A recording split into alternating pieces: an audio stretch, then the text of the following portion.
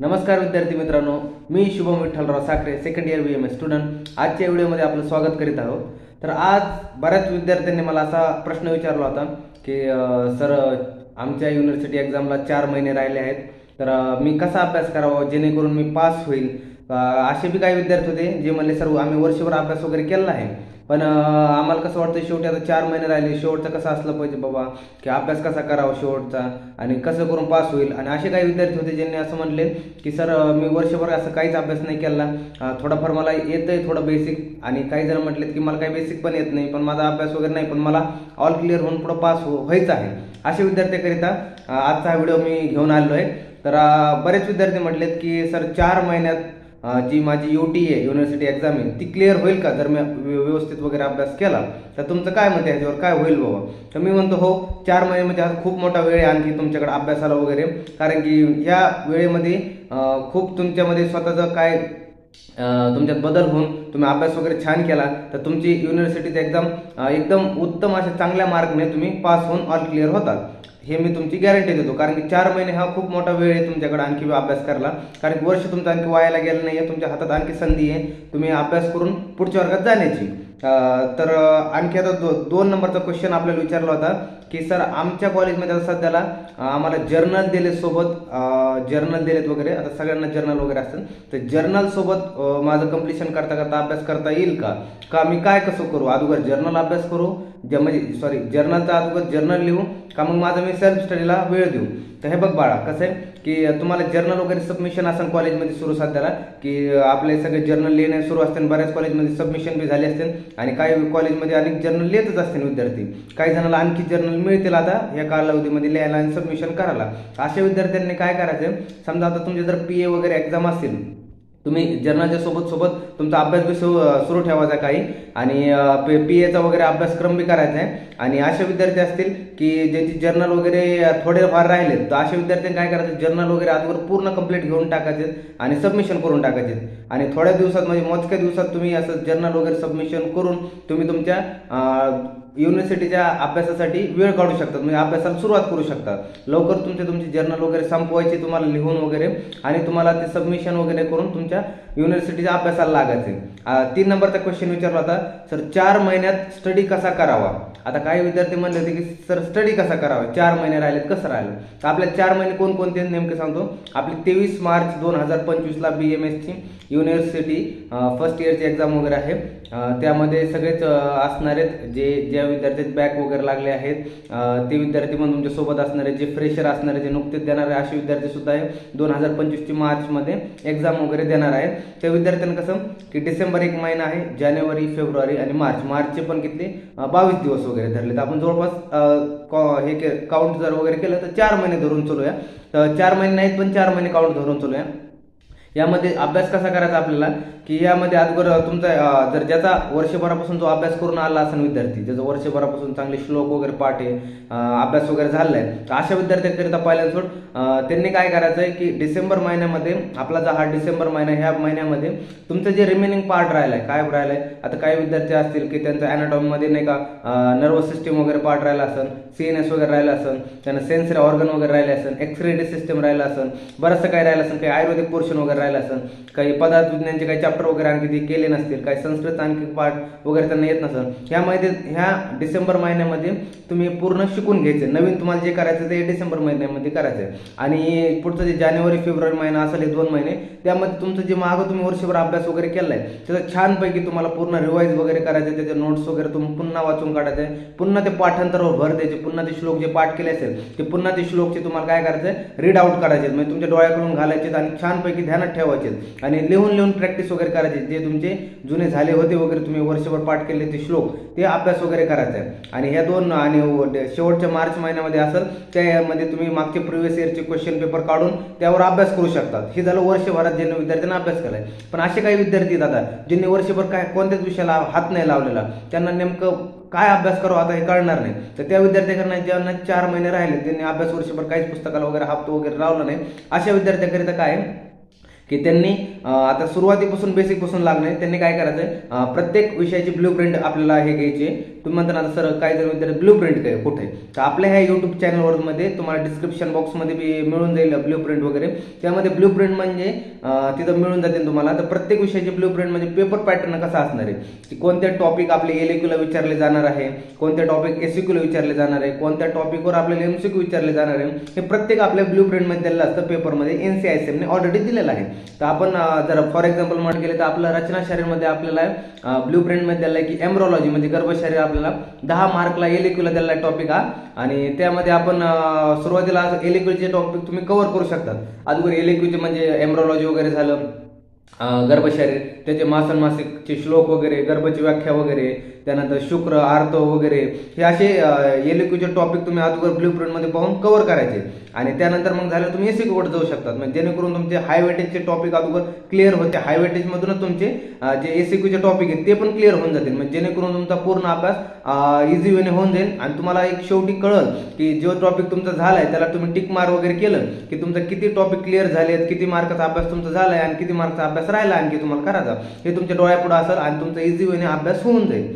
त्यानंतर काय सांगितलंय की काही जण म्हणले होते सर की PYQs म्हणजे प्रिव्हियस इयरचे क्वेश्चन पेपर पाहिले तर त्याच्यामधून आपल्याला क्वेश्चन वगैरे विचारले जातात का.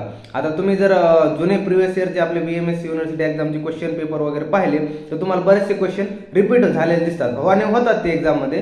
कारण की तुम्ही बरेच क्वेश्चन पेपर मागचे उचलून बघा म्हणजे घेऊन बघा, तर बरेच क्वेश्चन तुम्ही जसे तसे तुम्हाला विचार किंवा थोडेफार चेंजेस वगैरे असतात त्या क्वेश्चनमध्ये आणि ते क्वेश्चन जसे तसे विचारले जातात. त्या क्वेश्चन पेपरचा तुम्ही जर अभ्यास वगैरे केला म्हणजे एक अभ्यास झाल्यानंतर तुम्ही त्या क्वेश्चन पेपरचा अभ्यास वगैरे केला तर त्यामुळे तुमचा एक सराव पण होतो छानपैकी की तुम्हाला कसा पेपर वगैरे लिहायचा आहे काय नाही. आणि एक जर क्वेश्चन वगैरे जर तसा विचारला गेला तर तुम्हाला एक पहिलेच माहिती असतं की तो क्वेश्चन कसा अटेम्प्ट करायचा आहे, तर त्यामुळे तुमचा छान अभ्यास बी होऊ शकतो.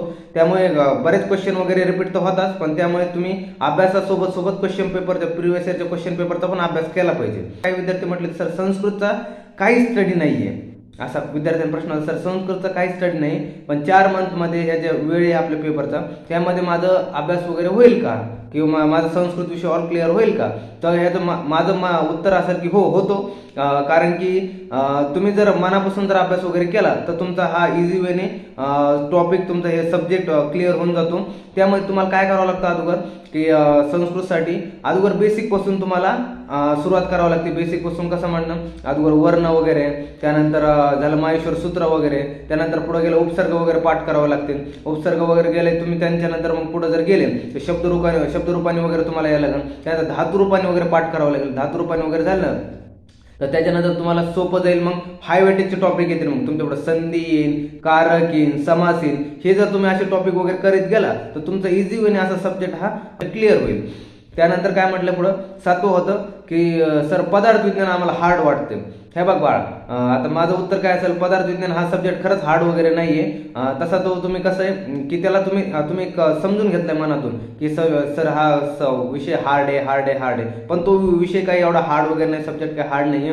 तुम्ही फक्त एक तुमची मनात एक बसवलंय की हार्ड आहे, पण तुम्ही मनाने जर अभ्यास वगैरे केला म्हणजे समजा तुम्ही त्याला जेवढा वेळ तुम्हाला सेल्फ स्टडी तुम्ही देता, जेवढा वेळ तुम्ही तुमच्या स्वतःसाठी देता अभ्यास वगैरे करतात, तेवढा तुम्हाला पदार्थ विज्ञान हा सब्जेक्ट आवडायला लागणार आहे, त्याच्यावर तुम्हाला प्रेम होणार आहे, तुम्हाला तेवढा सोपा जाणार आहे. तो विषय असा आहे की तुम्ही जेवढा वेळ त्याला देतात तेवढा वेळ तुम्हाला जास्त ते समजायला सोपं जाईल वगैरे. तेवढा तो विषय सोपा आहे. त्यामध्ये काही जण म्हणते सर मग त्याचा अभ्यास कसा करायचा, त्याच्यात मग तुम्ही सुरुवात पाहू शकतात. आता तुम्ही जर तुम्ही ब्ल्यूप्रिंट वगैरे घेतली तर पदार्थ विज्ञानची ब्ल्यूप्रिंट मध्ये पाहायला मिळतात की द्रव्य विज्ञान मध्ये तुम्हाला एक एलक्यू फिक्स सांगितलेला आहे. त्यानंतर तुम्ही गेले गुणवर एक एलक्यू वगैरे फिक्स सांगितलेला असतो तुम्हाला. त्यानंतर दर्शन वगैरे पाहायला गेले तर तिथं तुमचं जे पहिलं आहे दर्शन आयुर्वेद वगैरे निरूपण वगैरे, तर त्याच्यामध्ये तुम्हाला एक एलक्यू सांगितलेला आहे. तर असे टॉपिक जर तुम्ही करत गेले तर तुमच्या इझी वेने तुम्हाला तो सब्जेक्ट तुम्हाला समजायला लागतो आणि त्या सब्जेक्टचं तुम्हाला ज्ञान वगैरे मिळून तुम्ही सब्जेक्ट ती ऑल क्लिअर म्हणून तुम्ही पास आउट होता.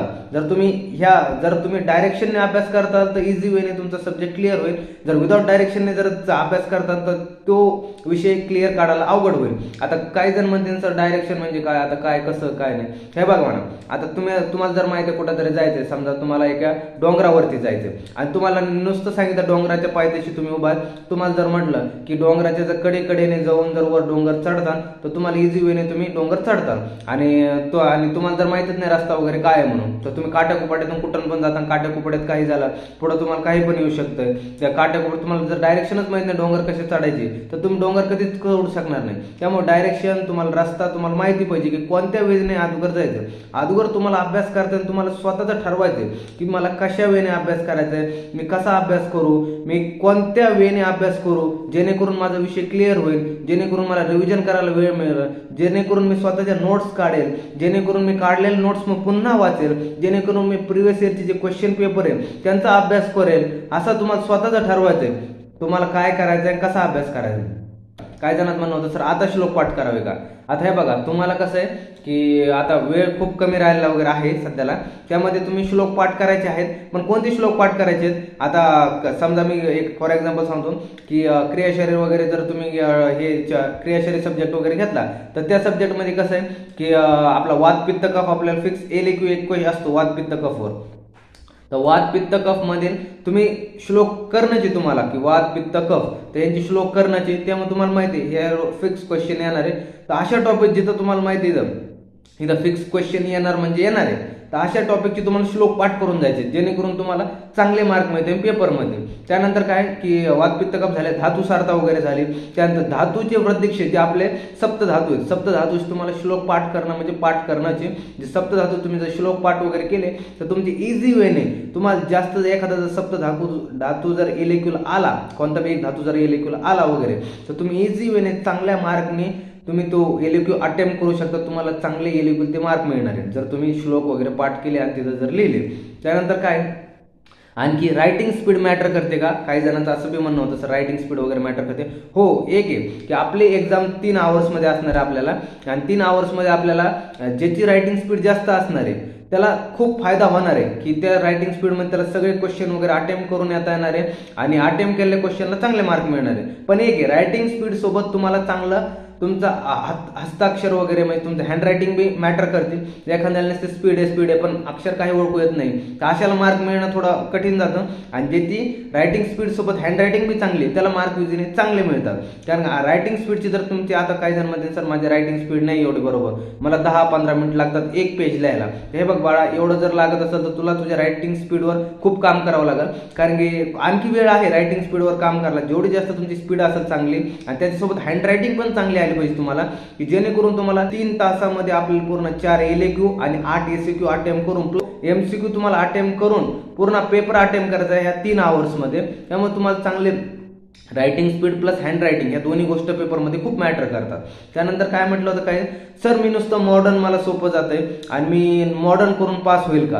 आता हे बघा नुसतं मॉडर्न करून पास होणं अशक्य आहे. कारण की आपलं जवळपास आयुर्वेदिकमध्ये आपल्याला 60-40 मध्ये वेटेज दिलं जातं की क्वेश्चन पेपरमध्ये आयुर्वेदिक आपला पोर्शन जास्त विचारला जातो खूप वेळा आणि मॉडर्न पोर्शन बी विचारला जातो. त्यामुळे तुम्ही नुसतं काही जर म्हणजे सर मला मॉडर्न खूप जातं छान मग मी नुसतं मॉडर्नच करतो आयुर्वेदिक काहीच करत नाही, असं थोडं असतंय.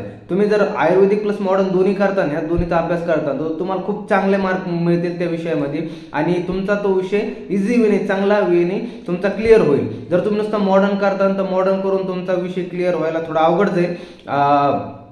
तुम्ही जर त्यासोबत आयुर्वेदिक सुद्धा केलं तर तुम्हाला चांगले मार्क मिळून तुम्ही तो विषय क्लिअर काढू शकता. त्यानंतर काय जण म्हणणं होते की सर नुसतं वाचायचंय, नुसतं वाचून आणि हायलाईट करून मी स्टडी करू का. आता नुसतं वाचून आणि हायलाईट करून स्टडी चांगला होत नाही कारण की नंतर ते शेवटी लक्षात वगैरे येत नाही.